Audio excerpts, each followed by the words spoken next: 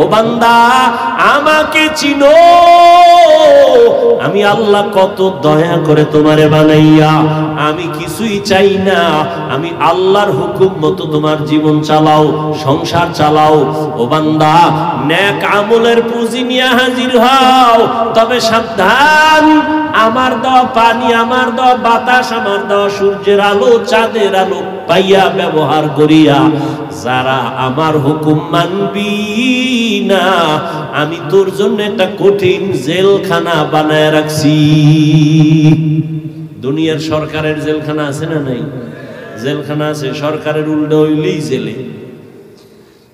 কিন্তু আমি আল্লাহ জুলুম করব না, আমি আল্লাহ জেলখানা দিব কঠিন, শেষ সীমানা পারায় গেলে। এত সুযোগ দিলাম, এত অন্যায় করছো, আমি রাগ কইরা পানি বন্ধ করি নাই, বাতাস বন্ধ করি নাই, আবার তওবার জন্য ডাকি আয়। কি গুনাহ করছো বল, আল্লাহ আমি ভুল করছি, মাফ করে দাও। তোর 30 বছরের গুনাহ 1 সেকেন্ডে মাফ। এরপরও যদি বান্দা তওবা না করো, ক্ষমা না চাও, আমি জাহান্নাম নামের জেলখানা বানাইছি। কেমন জাহান্নাম? গুনাহগারের জন্য বানাইছি, নেক আমলওয়ালার জন্য জান্নাত। যারা নেক আমল করবে, শিরিক মুক্ত ঈমান নিয়ে যাবে, আমলের মধ্যে কোনো শিরিক নাই, আল্লাহর সাথে অন্যকে অংশীদার বানায় নাই, আমি আল্লাহ এদের জন্য সুন্দর জান্নাত বানায় রাখলাম। কেমন সুন্দর জান্নাত? যেই জান্নাতের মধ্যে কোনো কালো মানুষ থাকবে না, সব সুন্দরী, সুন্দর যুবক যুবতী, কারো দাড়ি নেই। জান্নাতে কোনো বাথরুম নাই, কোনো দুর্গন্ধ নাই। মা তাশতাহি আনফুসুকুম, যা চাইবে মনে মনে কল্পনা করা মাত্র দেখবে সামনে হাজির। এত সুন্দর জান্নাত, যা চোখে দেখে নাই, কান শুনে নাই, অন্তরেও কল্পনায় আসে নাই।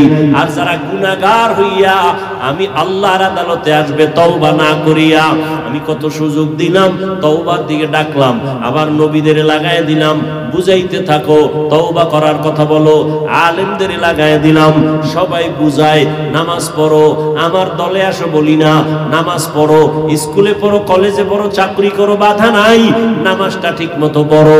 তোমার মতো যুবক স্কুল কলেজে পড়িয়াও 5 বেলার নামাজ পড়ে আছে না নাই? তুমি কেন পারবা না?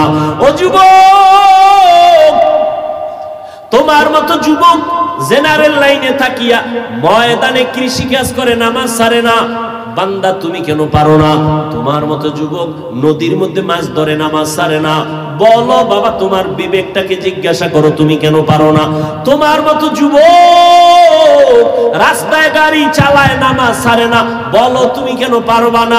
তোমার মতো যুবক জেনারেল লাইনে থাকিয়া জীবনে মাদ্রাসায় যায় নাই, র্যাব, আর্মি, পুলিশ, বিডিআর, 5 বেলার নামাজে সত্য কথা বলো আছে না নাই? তুমি কেন পারবা না?